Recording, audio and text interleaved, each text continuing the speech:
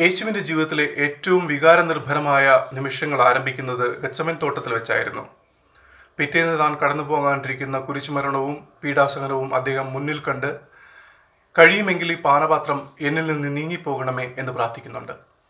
ഇവിടെ പാനപാത്രം എന്നതുകൊണ്ട് ക്രിസ്തു ഉദ്ദേശിച്ചിരിക്കുന്നത് എന്തിനെയാണ്? പാനപാത്രം നീങ്ങണമേ എന്ന് പ്രാർത്ഥിക്കാനുള്ള കാരണവും എന്തായിരുന്നു എന്നതാണ് ചോദ്യം, സാർ. ബുദ്ധന്മാരെ സംബന്ധിച്ചിടത്തോളം ബുദ്ധന്മാരുടെ ചര്യകൾ പലപ്പോഴും ചുറ്റും കൂടി നിൽക്കുന്നവർക്ക് വ്യക്തമായി മനസ്സിലാക്കാനേ സാധ്യമല്ല. പലതരത്തിലുള്ള കോൺട്രഡിക്ഷൻസ് അവരുടെ ജീവിതത്തിലുണ്ടാകും, വൈരുദ്ധ്യങ്ങൾ അവരുടെ ജീവിതത്തിൽ ഉണ്ടാവാറുണ്ട്. ഈ വൈരുദ്ധ്യങ്ങൾ ആണ് അവരുടെ സത്തയെ മനസ്സിലാക്കി എന്നൊരു അഹംഭാവത്തിൽ നിന്ന്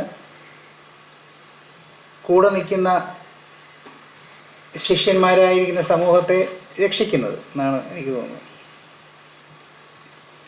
അപ്പോൾ അത്തരത്തിലുള്ളൊരു പുകമറ ഉള്ളതുകൊണ്ടാണ് അവർ മിസ്റ്റിക്കുകൾ എന്ന് വിളിക്കുന്നത്. മിസ്റ്റ് പോലെ മൂടിയിരിക്കുന്നതുണ്ട്.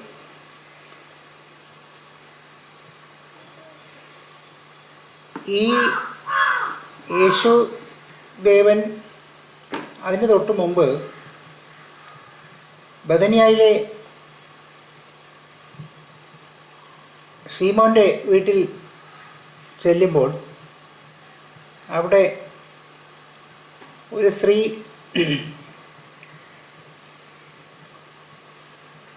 ഒരു ഭരണി നിറയുള്ള സുഗന്ധ തൈലം കൊണ്ട് അദ്ദേഹത്തെ അഭിഷേകം ചെയ്യുന്നുവെന്നും കാല് കഴുകുന്നതും പല രീതിയിൽ പല ഗ്രന്ഥങ്ങളും കാണുന്നുണ്ട്. അതിനെക്കുറിച്ച് ക്രിസ്തു ശിഷ്യന്മാർ കുണ്ഠിതപ്പെടുന്നുണ്ട്. അവർ ചോദിക്കുന്നു, ഇത്രയും വില കൂടിയ ഈ അത്തർ അല്ലെങ്കിൽ ഈ സുഗന്ധദ്രവ്യം വിറ്റ് അത് മുഴുവൻ ദരിദ്രർക്കായിട്ട് കൊടുത്തുകൂടായിരുന്നോ? ഇത്തരം ചോദ്യം നമ്മൾ എപ്പോഴും കേൾക്കുന്നതാണ്. എപ്പോഴും വർത്തമാന കാലഘട്ടത്തിൽ എപ്പോഴും കേട്ടുകൊണ്ടിരിക്കുന്നൊരു ചോദ്യമാണ്. അതായത് ഈ ഒരു ചോദ്യം അന്നും ഇന്നും ആവശ്യത്തിന് ഉപകരിക്കാൻ വേണ്ടി തയ്യാറായി നിൽപ്പുണ്ടെന്നർത്ഥം. അപ്പോൾ യേശു ചോദിക്കുന്നത്, അത് അവൾ ചെയ്തതിൽ എന്നോട് ചെയ്തിരിക്കുന്നൊരു മേന്മയുള്ള കാര്യത്തിൽ എന്താണ് ഇവിടെ തെറ്റ്?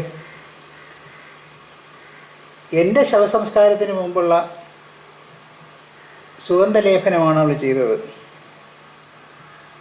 എന്ന് അദ്ദേഹം സൂചിപ്പിക്കുന്നുണ്ട്. ഇത് മാത്രമല്ല, ദരിദ്രരായിരിക്കുന്നവർ നിങ്ങളോട് കൂടി എപ്പോഴും ഉണ്ടായിരിക്കുമല്ലോ, അവരെ നിങ്ങൾക്ക് എപ്പോൾ വേണോ സേവിക്കാം, തീർച്ചയായിട്ടും സേവിക്കാം, ഞാൻ അധികം നാളില്ലല്ലോ എന്നുകൂടി അദ്ദേഹം സൂചിപ്പിക്കുന്നുണ്ട്. അദ്ദേഹത്തിൻ്റെ അദ്ദേഹത്തിൻ്റെ പീഡാനുഭവത്തെ സംബന്ധിക്കുന്ന ഒരു മുന്നറിയിപ്പ് അവിടെ കൊടുക്കുന്നതായിട്ട് നമുക്ക് പെട്ടെന്ന് മനസ്സിലാക്കാം. പക്ഷേ അതിൽ കവിഞ്ഞ് മറ്റു ചിലതും കൂടെ അദ്ദേഹം സൂചിപ്പിക്കുന്നുണ്ട്. ഒന്ന്, ദരിദ്രരായിരിക്കുന്നവരെ നിങ്ങൾ ശ്രദ്ധിക്കണം, അവരിലാണ് ഞാനിരിക്കുന്നത് എന്നൊരു സൂചന. രണ്ട്, നിങ്ങളിത് ചെയ്യുന്നില്ലല്ലോ പിന്നെ ചെയ്തുകൊണ്ടിരിക്കുന്നവരാണെങ്കിലല്ലേ ഇതൊക്കെ പറഞ്ഞിട്ട് കാര്യമുള്ളൂ എന്നൊരു സൂചനയുണ്ട്. ഇതിനൊക്കെ പുറമെ ഇത്തരത്തിലുള്ള കണക്കെടുപ്പുകൾക്ക് ബുദ്ധന്മാർ ഒരു വിലയും കൊടുക്കുന്നില്ല എന്നുള്ളത് വളരെ സൂചിതമാണ്. മനസ്സിലായല്ലോ? അപ്പോൾ അത് ഒന്നാമത്തെ കാര്യമാണ് ഞാൻ പറയുന്നത്. കാരണം അത് സ്വാഭാവികമായിട്ടും യുക്തിയധിഷ്ഠിതമായ ചിന്തയിലുള്ളവർക്ക് തോന്നുന്നു, എന്തിനങ്ങനെ ഒരു ഗുരുദേവൻ മനുഷ്യ സ്നേഹിയായിരിക്കുന്ന ഗുരുദേവൻ എന്തിനാണ് സ്വന്തം ശരീരത്തിൽ ഈ സുഗന്ധദ്രവ്യം ഒഴിക്കാൻ അനുവദിച്ചത്? മറ്റു പല അവസരങ്ങളിൽ, ഞാൻ ആ കഥകളിലേക്കൊന്നും പോകുന്നില്ല, മറ്റു പല അവസരങ്ങളിൽ വളരെ എളിയ ജീവിതത്തെ ശ്ലാഘിച്ചിരിക്കുന്ന ക്രിസ്തുദേവൻ എന്തുകൊണ്ട് ഇങ്ങനെ പറഞ്ഞു എന്ന് തോന്നാം. അതാണ് ഞാൻ പറഞ്ഞത്. ഒന്നാമത്തെ സാഹചര്യം എന്നുള്ള നിലയിൽ ഞാൻ ഈ പ്രസ്താവത്തിൽ ഉദാഹരിക്കുന്നത് അദ്ദേഹം കണക്കുകൂട്ടലിന് അതീതനായിരുന്നു. ഞാൻ നേരത്തെ പറഞ്ഞ പോലെ മിസ്റ്റിക്കായിരുന്നു. ഒരു മിസ്റ്റ് പോലെ, മൂടൽമഞ്ഞ് പോലെ മറഞ്ഞു നിന്നിരുന്നു, വ്യക്തമല്ലായിരുന്നു. ഏതാണ്ട് വ്യക്തമായ കാര്യങ്ങൾ വെച്ച് നമ്മൾ അതിനെക്കുറിച്ച് രേഖാചിത്രം ഉണ്ടാക്കി ജനങ്ങളുടെ മുമ്പിൽ അവതരിപ്പിച്ചു. അത് പൂർണ്ണമായിരുന്നു ഞാനൊരിക്കലും വിശ്വസിക്കുന്നില്ല. ആ പൂർണ്ണമല്ലാത്ത ചിത്രത്തെയാണ് നമ്മളിപ്പോൾ ആരാധിച്ചുകൊണ്ടിരിക്കുന്നത്. അദ്ദേഹത്തിൻ്റെ അഗാധതയിലേക്ക് മുങ്ങിത്തപ്പുന്നതിന് വേണ്ടി വ്യക്തിപരമായ ജീവിതങ്ങൾ അദ്ദേഹത്തിന് വേണ്ടി സമർപ്പിക്കാനായി മുന്നോട്ട് വരുന്നവർ അപൂർവം ചില ആൾക്കാരുണ്ടാകും എന്നാണ് ഞാൻ വിശ്വസിക്കുന്നത്. ആ കർത്തവ്യരാഹിത്യത്തിലേക്കൊന്നും നമ്മൾ പോകുന്നില്ല. കാരണം ഇതൊക്കെ കൂടപ്പിറപ്പാണ്. എല്ലാ ബുദ്ധന്മാരുടെയും കാര്യത്തിൽ ഇത് സംഭവിക്കാറുണ്ട്. കൃഷ്ണദേവൻ്റെ ഈ ഗസമേൻ ധ്യാനത്തിലെ പ്രാർത്ഥന ഏറ്റവും കൂടുതൽ തെറ്റിദ്ധരിക്കപ്പെട്ടിരിക്കുന്നത് എന്നാണ് ഞാൻ വിശ്വസിക്കുന്നത്. 1989 മുതലുള്ള പല സ്ഥലങ്ങളിലെയും ചർച്ചകളിൽ ഒട്ടനവധി പ്രാവശ്യം ഈ ഒരു കാര്യത്തെക്കുറിച്ച് ചോദ്യങ്ങൾ വന്നിട്ടുണ്ട്. അന്നൊക്കെ വ്യക്തമായി മറുപടി കൊടുത്തിട്ടുണ്ട്. എന്നാൽ അവയൊന്നും പ്രകാശിതമല്ലാത്തതുകൊണ്ട് പലപ്പോഴും അതൊന്നും ആരും അറിയാറുമില്ല. അപ്പോൾ എന്തായാലും ഇത് ചോദിച്ചു. അപ്പോൾ ഒന്നുകൂടി അത് വ്യക്തമാക്കണമെന്ന് ആഗ്രഹിക്കുന്നു. ഒരു ബോധപ്രാപ്തനായിരിക്കുന്ന വ്യക്തി, ബുദ്ധൻ, അദ്ദേഹത്തിൻ്റെ ശരീരത്തിലുള്ള വേദനകളെ നിസ്സാരമായിട്ട് കാണുന്ന ഒരു വ്യക്തിയായിരിക്കും. ഇത് ഞാൻ എങ്ങനെയാണ് വേദന അനുഭവിക്കുന്ന ബുദ്ധനിലെ ഞാൻ എന്ന് പറഞ്ഞ ഒരു ചോദ്യം ഇതേ കാലയളവിൽ ഇവിടെ വന്നിരുന്നു. നമ്മുടെ ചർച്ചയിലത് കൈകാര്യം ചെയ്തതുമാണ്. അതിൽ പറഞ്ഞിട്ടുണ്ട്. എന്നാലും ഞാൻ ഈ വിഷയത്തിൽ ഒന്നുകൂടി കൂടുതൽ ഫോക്കസ് ആവശ്യമുള്ളതുകൊണ്ട് അതിലേക്ക് പോവുകയാണ്.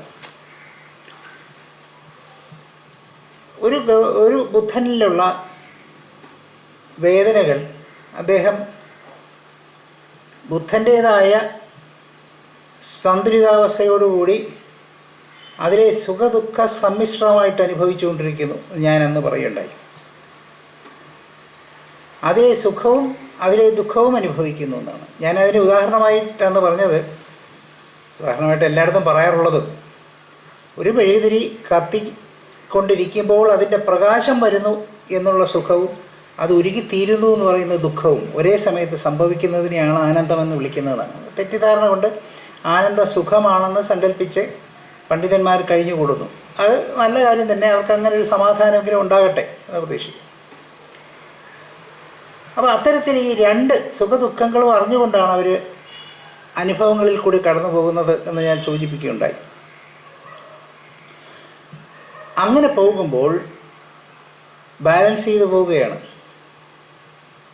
ബാലൻസ് ചെയ്ത് പോവുക എന്ന് പറഞ്ഞാൽ ഒരു ദുഃഖം വരുമ്പോൾ ആ ദുഃഖം അനുഭവിക്കുന്നതോടൊപ്പം ആ ദുഃഖം അനുഭവിക്കുന്നത് കൊണ്ട് ആർക്കൊക്കെ സുഖമുണ്ടാകുന്നു ആ സുഖവും അവിടെ അനുഭവിക്കപ്പെടുന്നു എന്നാണ് ഈ സൂചിപ്പിക്കുന്നത്.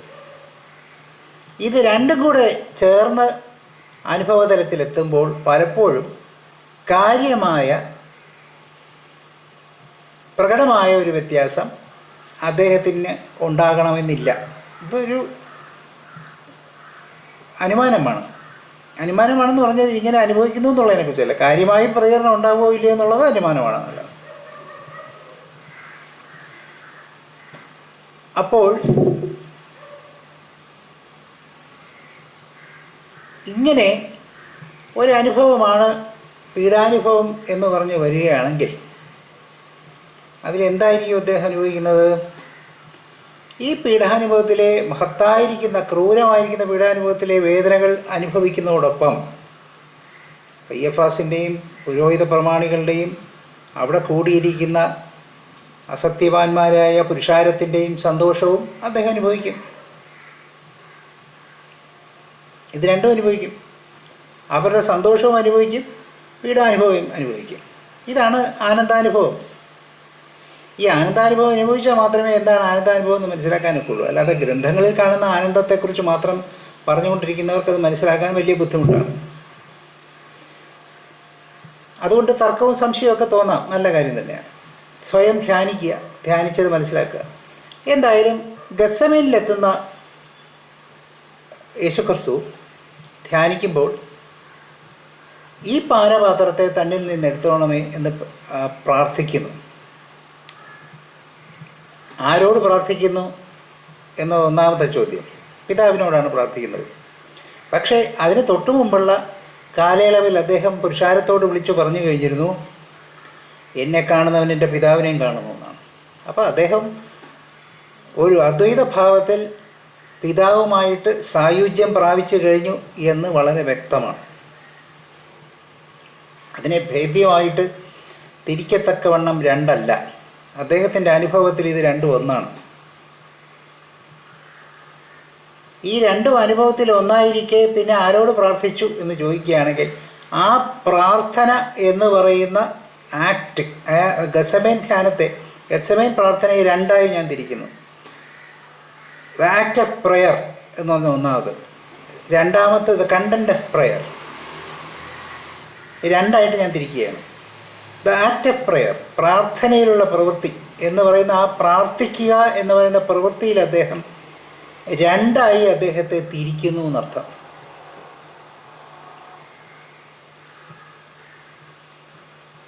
ആരിൽ നിന്നാണോ ഈ പ്രപഞ്ചം ഉണ്ടായത്, ആ പ്രപഞ്ചവുമായിട്ട് സായുജ്യം അടങ്ങി കഴിഞ്ഞാൽ ആ പ്രപഞ്ചത്തെ സൃഷ്ടിക്കുന്ന ലാഘവത്തോടുകൂടി എന്ത് വേണോ പിരിക്കാം എന്ന് പ്രമാണമുണ്ടെന്ന് മനസ്സിലാക്കണം.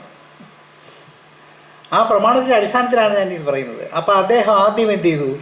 ആ സായുജ്യത്തെ രണ്ടായി പിരിക്കുന്നു. പിരിച്ചു കഴിഞ്ഞാലേ പ്രാർത്ഥിക്കാനൊക്കെ ഉള്ളൂ. ഞാൻ പറയാറുള്ളത് സാധാരണ അദ്ദേഹം പ്രാർത്ഥിച്ച അദ്ദേഹത്തോട് തന്നെയാണ്. അതെ, തീർച്ചയായിട്ടും ബുദ്ധന്മാർ പ്രാർത്ഥിക്കാറുണ്ട്, ആരോടുന്നില്ലാതെ പ്രാർത്ഥിക്കാറുണ്ട്. അദ്ദേഹം അവർ സമഷ്ടിയോടായിട്ട് പ്രാർത്ഥിക്കാറുണ്ട്. ഈ സമഷ്ടിയോടായി പ്രാർത്ഥിക്കുന്നത് അവർ തന്നെയാണത് കേൾക്കുന്നത്. അവർ തന്നെയാണ് അതിൻ്റെ പരിഹാരമോ അല്ലെങ്കിൽ അതിൻ്റെ ഒരു നീക്കുപോക്കോ ഉണ്ടാക്കുന്നതും അവർ തന്നെയാണ്. കാരണം വേറെ ആരുമില്ല. അപ്പോൾ അതുപോലെ പ്രാർത്ഥിക്കാമായിരുന്നിട്ട് കൂടി ആ പ്രാർത്ഥനയിൽ ഒരുപക്ഷെ അദ്ദേഹത്തെ തന്നെ വീണ്ടും മനുഷ്യപുത്രനായിട്ടും പിതാവിനെ പ്രത്യേകമായിട്ടും വാചികമായിട്ട് തിരിക്കുന്നു എന്ന് പറയേണ്ടിയിരിക്കുന്നു. ഇത് ശിഷ്യന്മാരെ പഠിപ്പിക്കാനാണ് എന്ന് നമുക്ക് കരുതാൻ വയ്യ. കാരണം അതിൽ മിക്കവാറും എല്ലാവരും ഉറക്കമായിരുന്നു എന്ന് ഓർമ്മയുണ്ടല്ലോ.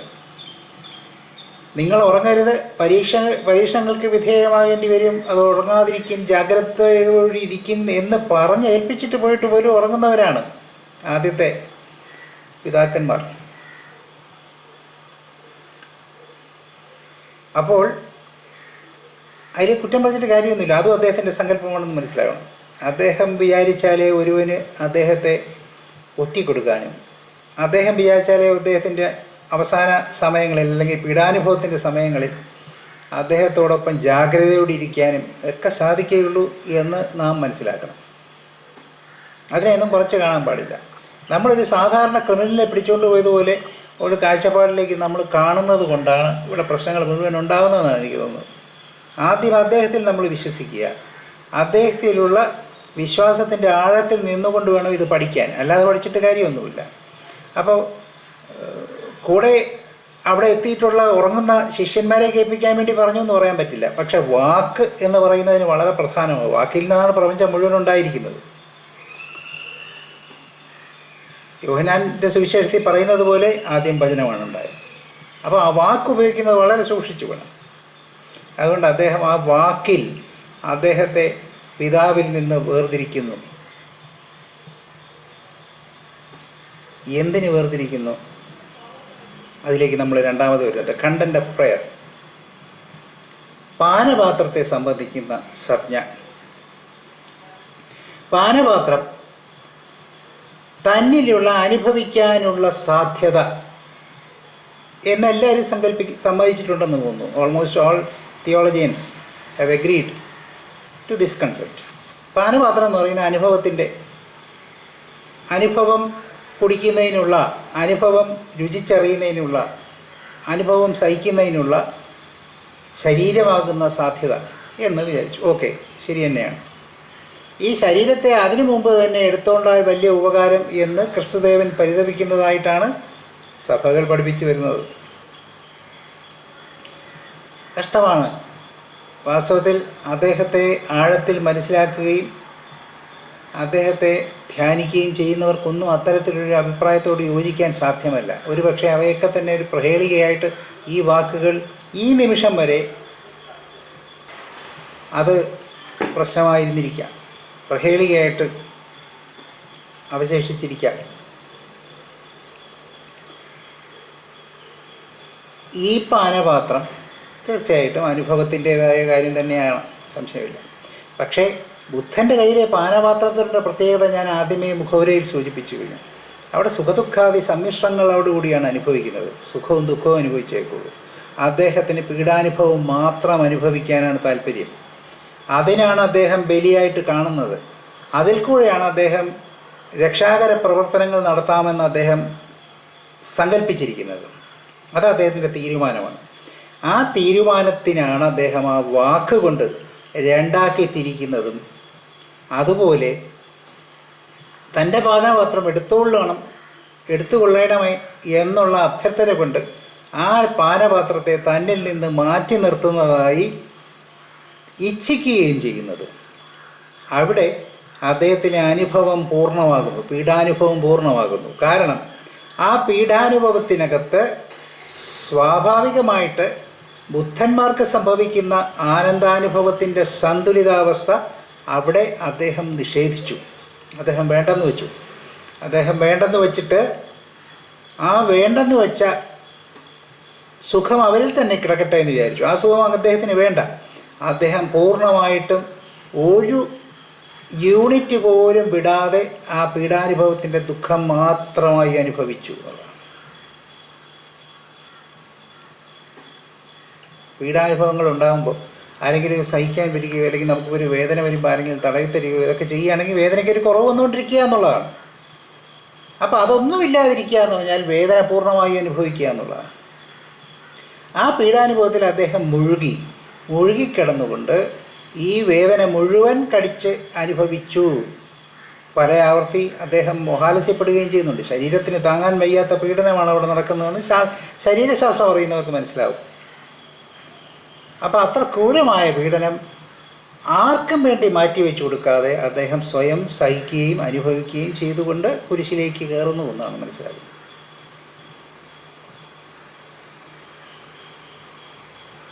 അപ്പോൾ ഈ അവസരത്തിൽ അദ്ദേഹം സന്തുലിതാവസ്ഥയോടുകൂടി അതിലെ സുഖവും കൂടെ അനുഭവിക്കാനുള്ള സാധ്യത വിട്ടുകളയുന്നതിന് വേണ്ടിയാണ് ആ പാനപാത്രം തന്നിൽ നിന്ന് എടുത്തുകൊള്ളണേ.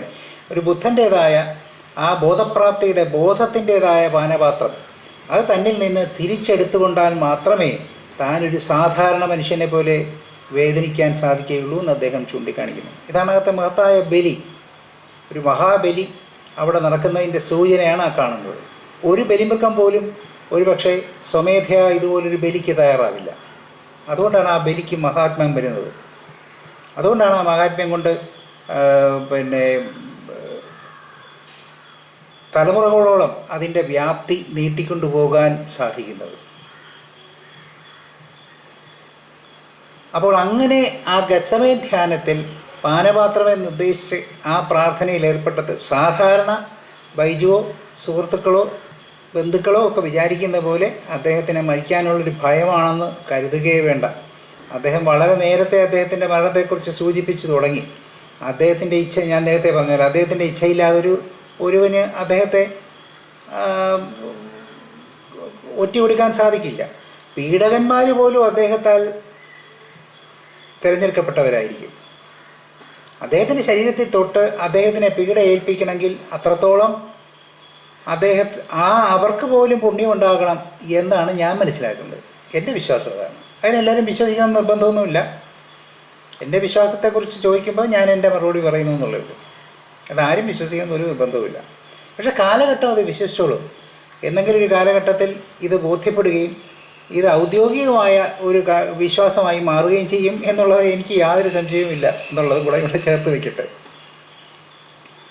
അപ്പോൾ അത്തരത്തിൽ ഒരു തീരുമാനം അദ്ദേഹം എടുത്തിരുന്നു ആ പീഡാനുഭവത്തിൻ്റെ കാര്യത്തിൽ. പിലാത്തോസ് വെറുതെ വിടാമെന്ന് പറയുന്നിടത്ത് അദ്ദേഹം പറയുന്നുണ്ട്, എൻ്റെ കാര്യം തീരുമാനിക്കപ്പെട്ടതാണ്, അതുകൊണ്ട് അതിൽ ഇടപെടേണ്ട കാര്യമില്ല എന്ന് പറയുന്നു. ഒരു ഭീരുവാണെങ്കിൽ അവിടുന്ന് അദ്ദേഹത്തിന് എന്തെങ്കിലുമൊക്കെ പറഞ്ഞ് ഒഴിവൊഴി പറഞ്ഞ് രക്ഷപ്പെടാമായിരുന്നു. ഇല്ല, അതോടൊന്നും ധൈര്യമായിട്ടാണ് ആ പീഡാനുഭവം താൻ തിരഞ്ഞെടുത്തതാണ് എന്ന് പറയാതെ പറയുന്നുണ്ട് ക്രിസ്തുദേവൻ. അതുകൊണ്ട് ഒരിക്കലും ആ പാനപാത്ര സങ്കല്പത്തെ ഇപ്പം കേട്ടുകൊണ്ടിരിക്കുന്ന കാര്യങ്ങളായിട്ട് സങ്കല്പിച്ച് തെറ്റിദ്ധരിക്കേണ്ട.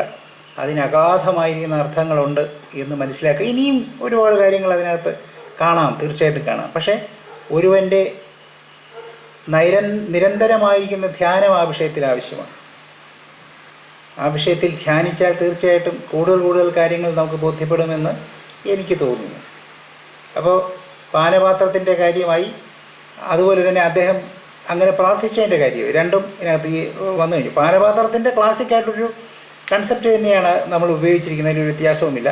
പക്ഷേ ഇവിടെ ബുദ്ധൻ്റെ പാനപാത്രം എന്ന് പറയുന്നത് കയ്പ് നീര് കുടിക്കാൻ അതിൻ്റെ കൂടെ മധുരവും കൂടെ കാണും. അതാണ് ആ പാനപാത്രത്തിൻ്റെ പ്രത്യേകത. അതിന് ഈ വിഷമാണ് കുടിക്കുന്നെങ്കിൽ അതിന് അമൃതം കൂടെ കാണും. ഇരുട്ടും വെളിച്ചവും, രാത്രിയും പകലും, കറുപ്പും വെളുപ്പും എന്ന് പറയുന്ന എല്ലാ ദ്വന്ദ്ങ്ങളും പ്രപഞ്ചത്തിൻ്റെ ഭാഗമാണെങ്കിൽ അവയെ ഒന്നിനെ ഉൾക്കൊള്ളുകയും ഒന്നിനെ തള്ളിക്കളയുകയും ചെയ്യാൻ ബുദ്ധന്മാർക്ക് സാധ്യമല്ല. അങ്ങനെയെങ്കിൽ ക്രിസ്തുദേവന് ഒട്ടും സാധ്യമല്ല. പാപിനികളെന്ന് സമൂഹം വിളിക്കുന്നവരെ അദ്ദേഹം സ്വീകരിച്ചു. ജീവിതം മരണമെന്ന് പറഞ്ഞവരെ അദ്ദേഹം സ്വീകരിച്ചു. ഇങ്ങനെ പല കാര്യങ്ങൾ അദ്ദേഹം ചെയ്തിട്ടുണ്ട്. അവയുടെ പ്രോഗ്രഷൻ വെച്ച് നമ്മൾ നോക്കണം. അതെല്ലാം കൂടെ പഠിച്ചിട്ട് വേണം. അതുകൊണ്ട് ഈ the meditation at the prayer at Gethsemane is the essence of his life എന്നെനിക്ക് തോന്നിയിട്ടുണ്ട്. ഈ ക്വിൻറ്റെസെൻസ് ഇതിൻ്റെ രത്നച്ചുരുക്കമാണ്, ഈ ജീവിതത്തിൻ്റെ രത്നച്ചുരുക്കമാണ്. അതിൽ മുഴുവൻ അദ്ദേഹം സമഗ്രമായി അദ്ദേഹത്തെ അവതരിപ്പിക്കുന്നു എന്ന് ഞാൻ മനസ്സിലാക്കുന്നു. ഇതാണ് എനിക്ക് പറയാനുള്ളത്. ഇനി ഈ വിഷയത്തിൽ എന്തെങ്കിലും സംശയം ഉണ്ടെങ്കിൽ ബൈജുവിന് വീണ്ടും ചോദിക്കാം, ഞാൻ അവിടെ എത്തട്ടെ.